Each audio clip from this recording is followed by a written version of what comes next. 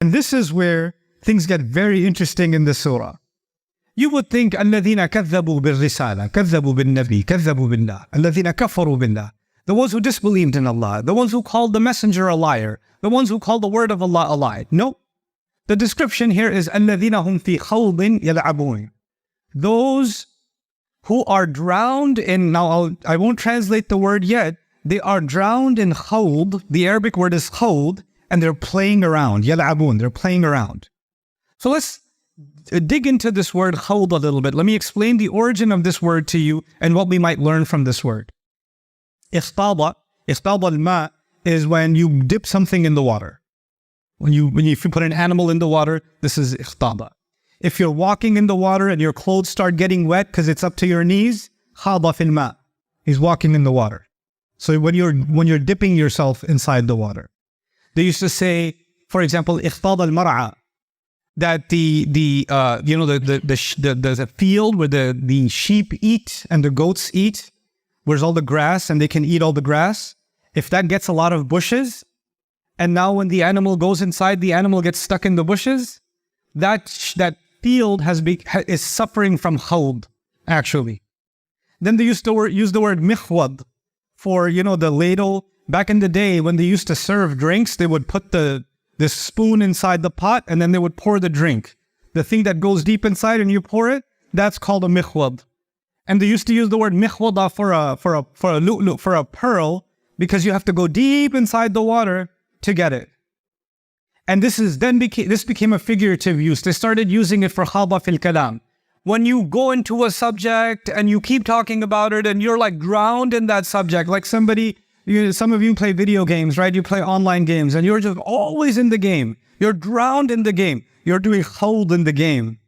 Somebody's into cars. They're always talking about cars. They're always thinking about cars. The background on their phone, the wallpaper is a car, right? They're always watching videos on cars. They're always, looking at updates on. This person is doing khawd in cars. You see, khawd actually means when people are drowned. A good word to understand this nowadays is when people are addicted to something. When they're addicted to something. And this is really interesting because there's even books on this. You should look up a book called The Age of Addiction. This age we live in now, before this age, people used to talk about alcohol addiction, right? Gambling can become an addiction. People that go to gambling, they don't just go once. They go back, they go back, they go back. They lose their house, they lose family, and they can't stop. Drugs can become an addiction. And many of you might already know the social media giants of the world, like Facebook, Instagram, these companies, they went to the top casinos in the world when they were first developing their behavior, because their apps have algorithms to make sure that the users that they have stay on the app. So they don't just want you to turn TikTok on and then turn it off. They want you to turn it on and then swipe again, and then swipe again. So they had to study behavior, right? So they actually went to the casino industry and they got the best psychologists, because the casino industry first hired psychologists to make sure that when people sit on that slot machine to get the money out, how do we keep them there? How do we keep them there as long as possible so they can stay more addicted? The same people who engineered the behavior in the casinos and the gambling industry in Las Vegas were some of the same engineers that modeled the behavior for, social media apps. They were hired by Silicon Valley to do that. Why? Because they know they can get the most out of you if you're the most addicted. If you are in khawd, if you're drowned in, you can't get out. And if you don't do it again, you feel something missing inside you. Somebody who's addicted to alcohol, they drink, they feel like they're done. They go 1 hour, 2 hours later, I gotta have it again. I gotta do it again. Give me another one. Their stomach is hurting. They're still drinking. They're in pain. They're still drinking. They're half asleep. They're still drinking. They wake up. They need a drink immediately. It's the same way with these kinds of other addictions. The addictions that are online, the addiction to entertainment. Some people are addicted to, movies, Netflix. Some people are addicted to sports. But these addictions are now the next thing Allah is talking about. When the truth comes, which is what the Quran is actually talking about, you have to deal with reality. You have to take responsibility for your actions. I have to take care of how am I going to spend my day? How am I going to spend my night? I have responsibility to myself. I have a responsibility to Allah. I have a responsibility to my family. I have to take care of all of these things. But if you don't want to accept that truth and you want to escape reality, you can go find yourself lost in one addiction or the other. And you can go inside of a khawd. Even to the point where, you know what some people do? If they hear a little bit of, you're at a gathering, because Eid, you know, a lot of people had Eid gatherings. They got together, family got together, they're sitting and talking. And somebody brought something up about Allah's deen. And you'll notice some people in the family, immediately they change the subject and they want to do khawd in a different subject immediately. And they want to talk about it. And they're, oh, no, what about that UFC fight? What about this game? What about this movie? Oh my God, that was amazing. And then they want to keep talking about it, you know? And if they do talk about the deen, they talk about the deen as a joke. It's like it's something funny to talk about, you know? And even then, Allah even describes, حَتَّى يَفُوضُوا فِي حَدِيثٍ غَيْرِهِ. Don't talk to them when they're talking about your deen until they go and start diving into some other subject. They want to get immersed in this and this and this. Now, you and I have to ask ourselves, this is not a criticism of humanity. It's just you and me have to think about ourselves. Whatever I'm diving into every day, does it have a purpose or is it just me playing around? That's the real question I have to ask myself. Judgment Day, Allah says, وَيْلٌ يَوْمَئِذٍ لِلْمُكَذِّبِينَ الَّذِينَ هُمْ فِي خَوْضٍ يَلْعَبُونَ. They were drowned in things and they kept playing around. And every time the Quran was being called to, the truth was being called to, responsibility, because Judgment Day is all about responsibility, isn't it? That's all it is. Judgment Day is court. And what happens in a court? The judge tells you, you are responsible for what you did. That's all it is. You have to present yourself in court. And anybody who knows they have a court date coming and they have a trial coming, they'll get ready for the trial.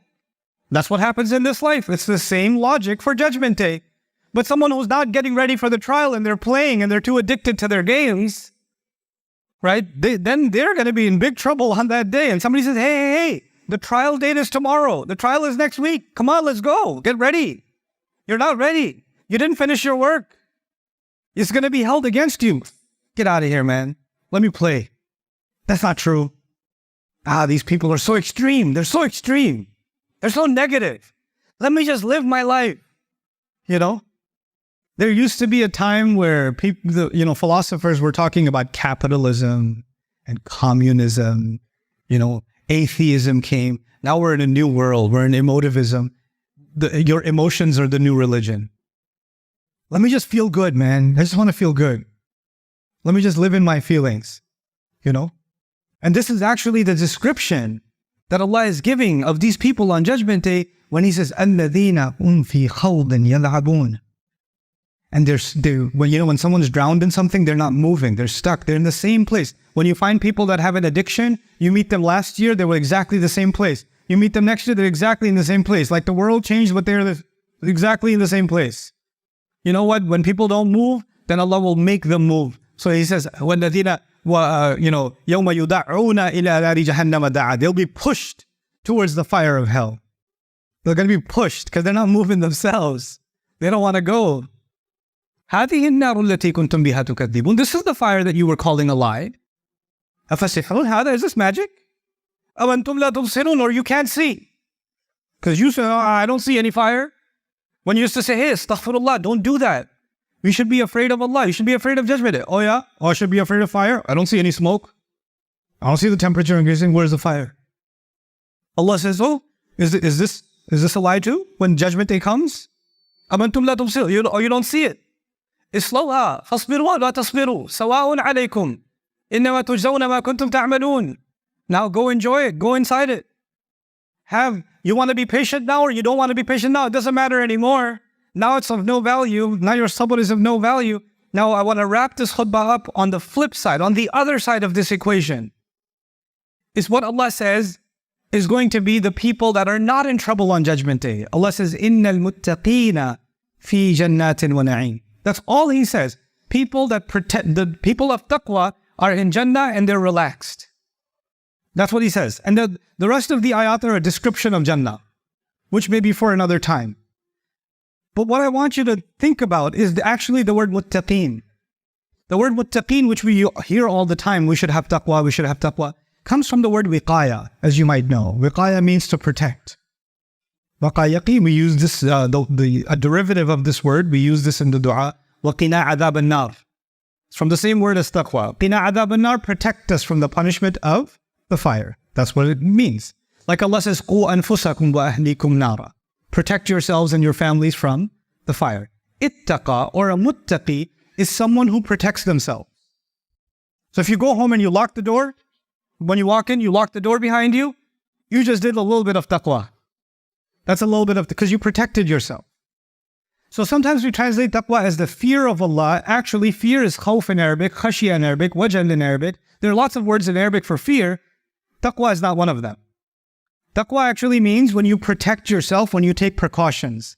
Like when somebody goes to Hajj, Allah says, وَتَزَوَّدُوا فَإِنَّ خَيْرَ الزَّادِ التَّقْوَى. Go make sure you pack enough things to take with you, because the best, the best provision is precaution, to protect yourself.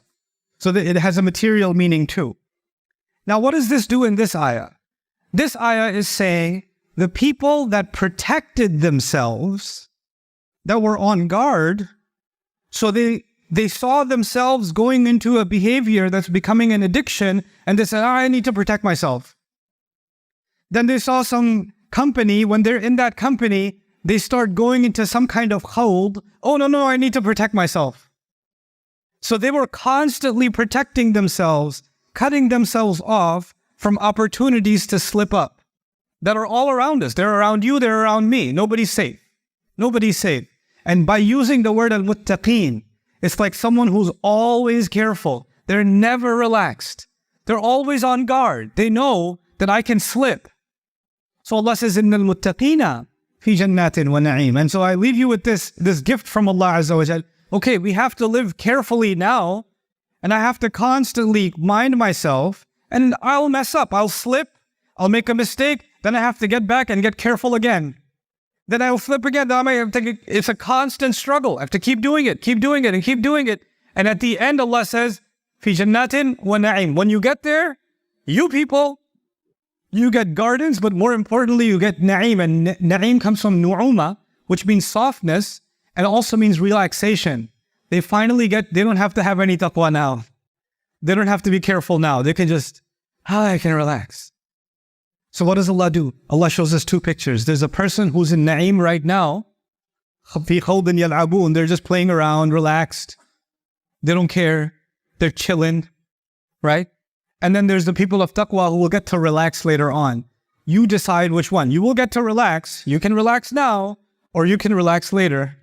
You can relax temporarily now and then be in a lot of trouble later, or you can be extra careful and protect yourself right now and then relax forever later. That's a choice humanity has to make. That's a choice you and I have to make. May Allah Azza wa Jal protect us from any form of khawd that takes us away from the truth and makes us from the mukaththibin. May Allah Azza wa Jal make us a people of taqwa that are going to be entered by Allah's rahmah into His jannat and into na'im. بارك الله لي ولكم في القرآن الحكيم ونفعني وإياكم بالآيات والذكر الحكيم.